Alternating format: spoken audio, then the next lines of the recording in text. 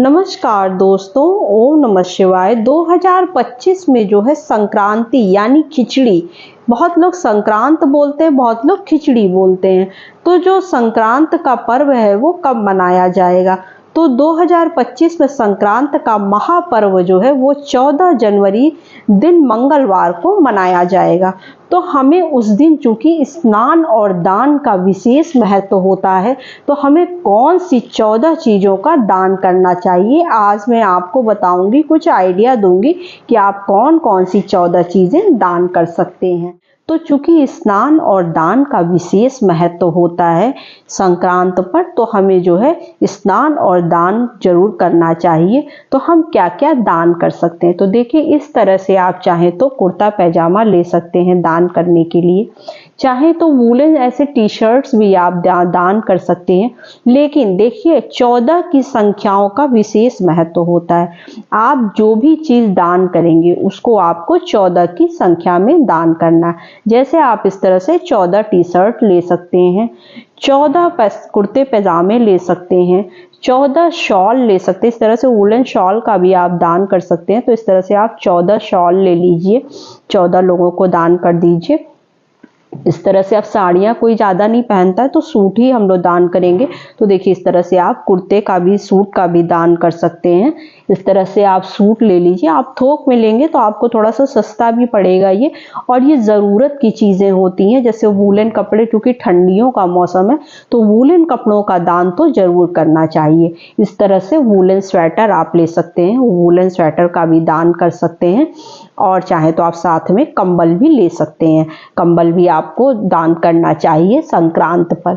और अगर आप चाहें तो बच्चों के लिए इस तरह से देखिए, आप नोटबुक ले लीजिए, पेन ले लीजिए, आप इसका भी दान कर सकते हैं। लेकिन आपको इस बात का ध्यान रखना है कि आपको जो भी चीज़ें दान करनी है वो 14 की संख्या में दान करनी है।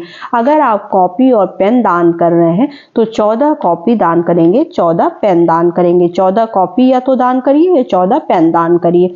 तो ये आपको समझ में आ गया होगा। अगर आप मान लीजिए भगवान जी से संबंधित चीज़ें दान करना चाहते हैं तो देखिए, इस तरह से आप पीतल का लोटा भगवान को जल चढ़ाने के लिए दे सकते हैं। वही सब चीज़ें हम लोग दान करते हैं जो घर में अपने इस्तेमाल करते हैं। तो भगवान की पूजा में ये बहुत काम की चीज़ है। लोटे से जल हर किसी को चढ़ाना होता है। तो इस तरह से हम 14 जो है लोटे का दान कर सकते हैं। 14 अखंड जोत का दान कर सकते हैं, जो अखंड ज्योति जलाई जाती है। इस तरह की आप 14 अखंड जोत भी ले सकते हैं। और ये कपूर साथ में आप ले सकते हैं, चाहे तो आप 14 कपूर की डिब्बियों का दान कर सकते हैं। इस तरह से आप कपूर दानी ले सकते हैं। आजकल हर घर में सांस की प्रॉब्लम लोगों को चलती है, बहुत अच्छी चीज़ है ये, और बहुत ज़्यादा महंगी भी नहीं है। 200-250 रुपए के अंदर में ये आ जाती है। आप इसमें कपूर जलाकर और अपने कमरे में जला सकते हैं, फ्रेशनेस भी रहती है और कपूर जलाना घर में अच्छा भी होता है। तो आप इसके भी 14 पीसेस लेकर आप थोक में लेंगे तो सस्ती पड़ेगी, तो आप इसका भी दान कर सकते हैं। नहीं तो फिर आप इस तरह से कपूर की 14 डिब्बियाँ दान कर सकते हैं। 14 माचिस का दान कर सकते हैं, क्योंकि मंगलवार पड़ा है इस बार, जिस दिन संक्रांति पड़ी है उस दिन मंगलवार है। तो मंगलवार के दिन जो है माचिस का दान करना बहुत ही शुभ होता है। तो आप इस तरह के 14 माचिस के डिब्बों का दान जरूर करिएगा। अगर कर सकते हैं तो आप जरूर करिए। इस तरह से आप ग्लास दे सकते हैं, 14 ग्लास का दान कर सकते हैं। 14 इस तरह की देखिए आप प्लेट भी ले सकते हैं, 14 प्लेट्स का भी दान कर सकते हैं। लेकिन बर्तन जो हम देंगे वो खाली नहीं दी जाएगी। उसमें क्या करेंगे, या तो देखिए मूंगफली भर देंगे, या तो इस तरह से देखिए तिल के लड्डू आते हैं, तिल के लड्डू आप एक एक डाल के दीजिएगा। तो कोई ज़रूरी नहीं है कि आप पूरा भर के दीजिए, थोड़े थोड़े से डाल के आप तब जो है दान करिएगा। खाली बर्तन नहीं दान किया जाता है। तो इस तरह से हम तिल के लड्डू है, रेवड़ी है, मूंगफली है, कुछ भी दान कर सकते हैं जो आपकी स्वेच्छा हो।